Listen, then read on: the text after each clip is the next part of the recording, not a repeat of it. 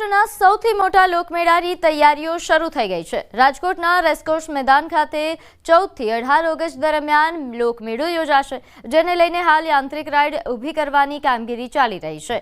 ત્યારે સુરક્ષા હેતુસર માર્ગ અને મકાનના યાંત્રિક વિભાગ દ્વારા યાંત્રિક રાઇડની ચકાસણી માટે થર્ડ પાર્ટી એજન્સી પાસેથી ચકાસણી કરાવવામાં આવી રહી છે। જામનગરની એજન્સી દ્વારા 34 જેટલી રાઇડ્સના મેટલ, થિકનેસ અને વેલ્ડિંગનું નિરીક્ષણ કરવામાં આવી રહ્યું છે।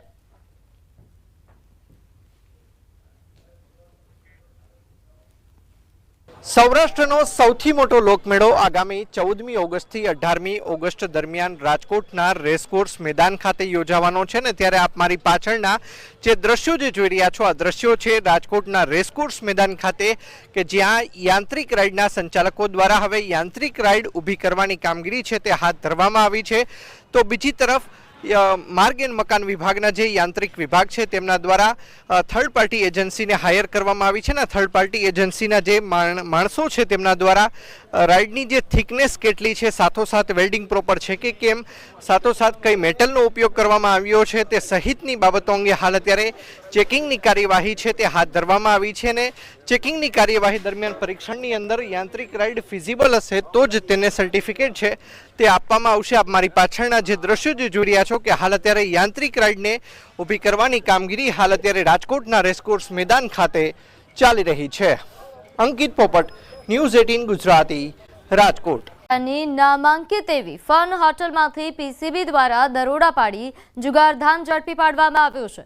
રાજકોટ શહેરના કુવાડવા રોડ પર આવેલા ધ ફન રેસિડેન્સી હોટલના 3જા માળે રૂમ નંબર 324માં કેટલાક વ્યક્તિઓ જુગાર રમી રહ્યા હોવાની માહિતી પીસીબીને મળી, જે હકીકતના આધારે દરોડા પાડીને 5 જેટલા જુગારીઓને ઝડપી પાડવામાં આવ્યા। પીસીબી દ્વારા 44 વર્ષીય વિકાસ અગ્રવાલ, 40 વર્ષીય રાજેશ ડાંગર અને 42 વર્ષીય અશ્વિન સોનારા, રવિ રાજાણી તેમજ 52 વર્ષીય અજય મીઠિયા સહિતના વ્યક્તિઓ વિરુદ્ધ બી ડિવિઝન પોલીસ સ્ટેશન ખાતે જુગારધામની ધારાની કલમ અંતર્ગત ગુનો નોંધી અટકાયત કરવામાં આવી હતી। પીસીબી દ્વારા સ્થળ પરથી ₹3.5 લાખ રૂપિયાનો મુદ્દામાલ કબજે કરવામાં આવ્યો છે। પોલીસની પ્રાથમિક તપાસમાં દિલ્હીનો વેપારી વિકાસ અગ્રવાલ એ હોટલમાં રૂમ ભાડે રાખીને રાજકોટ શહેરમાં રહેતા લોકોને જુગાર રમવા માટે બોલાવતો હોવાનું સામે આવ્યું। સૌરાષ્ટ્રની અંદર શ્રાવણીઓ જુગાર રમવાનું ચલણ છે, ત્યારે સાતમ આઠમના તહેવારને આડે હવે બસ ગણતરીના જ દિવસો બાકી બચ્યા છે। ત્યારે તમે પણ જો જુગાર રમતા હોય તો ચેતી જજો, કારણ કે તમારી સાથે જુગાર રમનારો વ્યક્તિ છે તે ચીટિંગ પણ કરતો હોઈ શકે છે। ત્યારે કઈ રીતે ચીટિંગ કરવામાં આવે છે તેનો ખાસ કરીને ડેમો છે તે ન્યૂઝ 18 ગુજરાતી દ્વારા બતાવવામાં આવી રહ્યો છે। ખાસ કરીને ચીટિંગ કરવા માટે આ પ્રકારના જે કેમિકલ યુક્ત જે પત્તા હોય છે તેનો ઉપયોગ કરવામાં આવતો હોય છે, સાથોસાથ આ પ્રકારના જે લેન્સ છે તેનો પણ છે તે ઉપયોગ કરવામાં આવતો હોય છે। આપને હું દ્રશ્યો પણ બતાવી રહ્યો છું કે આ પ્રકારના લેન્સ પહેરવાથી જો કોઈ વ્યક્તિ આ પ્રકારના લેન્સ પહેરે છે તો સામેવાળાના કયા પત્તા છે તે પણ તે પોતે જોઈ શકે છે। સાથોસાથ બીજો પણ ઉપયોગ છે તે આ મોબાઈલ ફોનનો થઈ શકે છે। આ મોબાઈલ ફોન છે તે આ કિટ સાથે જ આપવામાં આવતો હોય છે ને આ મોબાઈલ ફોનની અંદર ઇનબિલ્ટ એક સોફ્ટવેર છે તે પણ એડ કરવામાં આવતો હોય છે ને આ સોફ્ટવેર એડ થઈ ગયા બાદ આ પત્તા જ્યારે મૂકવામાં આવતા હોય છે ત્યારે તેની બાજુમાં મોબાઈલ જો મૂકી દેવામાં આવે તો તમામ જે પત્તા છે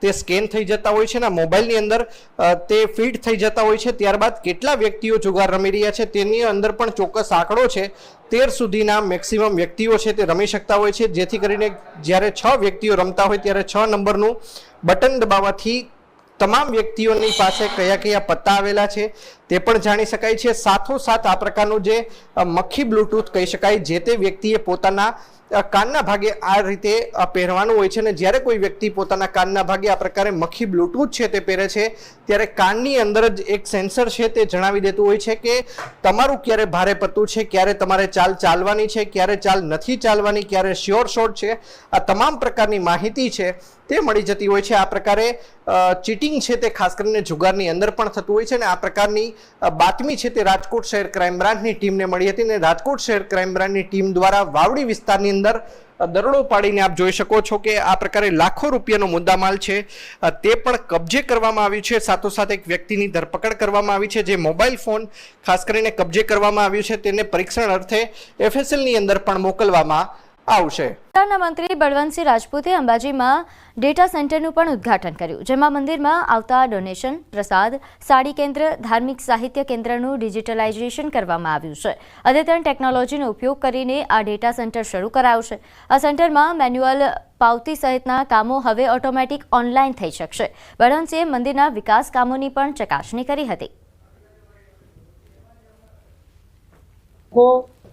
પ્રસાદથી માંડીને કોઈ પણ દાન આપવું હશે તો બધું ઓનલાઈન અહીંયા આગળ કરી શકશે. હવન પણ બુક કરાવી શકશે.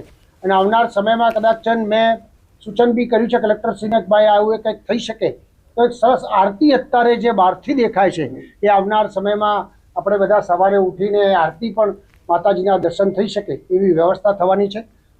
અંબાજી મંદિરે પોતાનું સોફ્ટવેર ડેવલપમેન્ટ કરીને એક અદ્યતન કામ કર્યું છે, જેના કારણે પારદર્શકતા અને દર્શનના જે ભાવિક ભક્તો છે એના માટે ખૂબ લાભદાયી નીવડવાનું છે. જેમાં ભાદરવી પૂનમને લઈને સંઘની બેઠક યોજાઈ. કેબિનેટ મંત્રી બળવંતસિંહ રાજપૂત હાજર રહ્યા. 1624 રજિસ્ટર સંઘ મેળામાં આવશે. નોંધ્ય છે કે 6 થી 12 વાગ્યા સુધી મંદિર ખુલ્લું રહેશે. અત્યાર સુધી 303 સેવા કેમ્પની નોંધણી થઈ છે. સીસીટીવીથી 24 કલાક બાદ નજર રખાશે. વૃદ્ધો, દિવ્યાંગો માટે દર્શનની અલગ વ્યવસ્થા કરાશે. આ વર્ષે વહીવટી તંત્રએ એવો નિર્ણય કર્યો કે ભાઈ એક પણ પ્રાઇવેટ વ્હીકલ અંબાજીમાં જવા ન દેવું.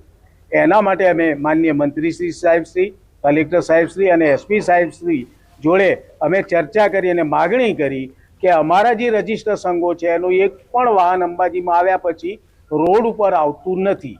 સંઘશ્રીની 2-3 જે માગણીઓ હતી એ પણ કે ભાઈ થોડા વાહનો વધે, થોડી વ્યવસ્થા વધે, તો મને લાગે છે કે સ્વચ્છતા બાબતમાં 750 ભાઈઓ જે કામ કરતા હતા એના બદલાની અંદર આપણે એના ઉપર ભાર મૂકીને 1500 થી વધારે લોકો કામ ખડે પગે કરે અને 60 કિલોમીટરનો એરિયા આખો કવર કર્યો છે.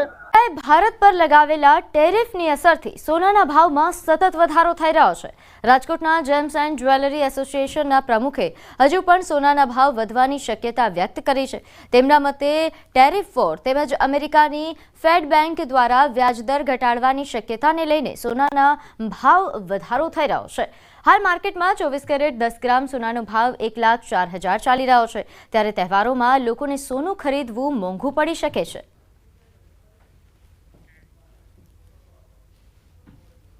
જે અમેરિકા દ્વારા ભારત પર ટેરિફ વધારવાની જે જાહેરાત કરવામાં આવી છે ત્યારથી આપણે જોઈએ તો સોનામાં ખાસો એવો ઉછાળો આવ્યો છે. અને આજરોજ સોનાના ભાવ 24 કેરેટના ભાવ 1,46,60 આસપાસ નવો હાઈ, ઓલ ટાઈમ હાઈ બનાવી ચૂકેલ છે. આ ટેરિફની અસર અને આવતા દિવસોમાં, આવતા મહિનાઓમાં જે ફેડરલ દ્વારા વ્યાજદર ઘટાડવાની જે શક્યતા જોવાઈ રહી છે તેમની આ અસર સીધી સોના ઉપર જોવા મળી રહી છે. બોપલમાં શેર બ્રોકર દ્વારા ફાયરિંગ કરીને આપઘાત કરવાના કેસમાં મોટો ખુલાસો થયો છે. પોલીસ દ્વારા 2 આરોપીઓની ધરપકડ કરવામાં આવી છે, જેની પાસેથી મૃતકે 1 દિવસ પહેલા જ હથિયાર મંગાવ્યું હતું. આપઘાત બાદ બંને આરોપીઓ હથિયાર સાથે ફરાર થયા હતા. આરોપીઓએ જણાવ્યું કે મૃતકે દુબઈથી કોઈ વ્યક્તિ આવ્યા છે, તેની પાસેથી સોનું પડાવવા માટે હથિયારની જરૂર પડશે તેમ કહીને હથિયાર મંગાવ્યું હતું. હાલ પોલીસે વધુ તપાસ હાથ ધરી છે. પ્રાથમિક ધોરણે આત્મહત્યા થયાનું જણાઈ રહ્યું છે. જોકે હથિયાર આપનાર બંને યુવકો ગુનાહિત ઇતિહાસ ધરાવે છે.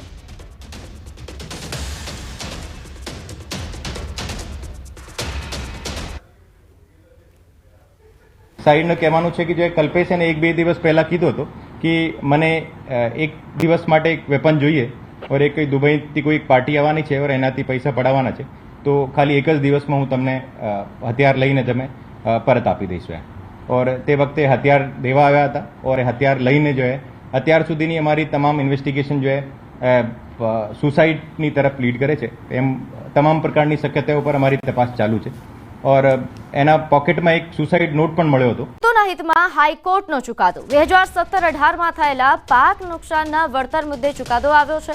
15,000 ખેડૂતોને પાક વીમાની રકમ મળશે. 6 વર્ષની કાયદાકીય લડાઈ બાદ ખેડૂતોને રાહત. એસબીઆઈ ઇન્સ્યોરન્સ કંપનીને હાઈકોર્ટનો આદેશ. ખેડૂતોને વળતર ચૂકવવા માટે હુકમ કરાયો છે. 8% વ્યાજ સાથે 7 કરોડથી વધુ રકમ ચૂકવવી પડશે. ઇન્સ્યોરન્સ કંપનીના વાંધા હાઈકોર્ટે ન સ્વીકાર્યા. કંપની સરકાર જોડે કાયદાકીય લડત લડી રહી છે. નોંધ્ય છે કે ખેડૂતોને તો વળતર ચૂકવવું જ પડશે તે પ્રકારનો આદેશ હાઈકોર્ટે કર્યો છે. જે મામલે વધુ વિગત સાથે સંવાદદાતા મૌલિક જોડાઈ ગયા છે. મૌલિક, વધુ વિગત.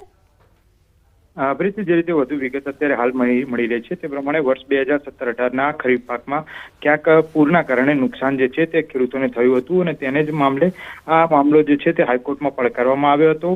રાજ્યના હજારો ખેડૂતો જે છે તેના હિતમાં આજે હાઈકોર્ટે મહત્વનો ચુકાદો કર્યો છે અને તેનો ફાયદો સીધો 15,000 જેટલા ખેડૂતોને થશે.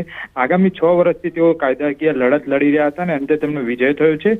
સુરેન્દ્રનગર સહિત મોરબી, પાટણ, બનાસકાંઠા સહિતના જે જિલ્લામાં ખેડૂતો જે છે તેમને નુકસાન વળતર મેળવવા માટે SBI ઇન્સ્યોરન્સ કંપની જે છે તેના વિરુદ્ધ આ જે ફરિયાદ જે છે તે કરી હતી અને તેની અરજીમાં એ પ્રકારનો આક્ષેપ કરવામાં આવ્યો હતો કે સરકારે જે નિમેલી કમિટી જે છે તેનો રિપોર્ટ આવ્યા બાદ 15,000 ખેડૂતો જે છે તેને ઇન્સ્યોરન્સનો લાભ મળી શકે છે.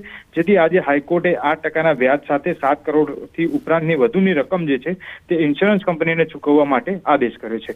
જે આભાર માહિતી આપવા બદલ.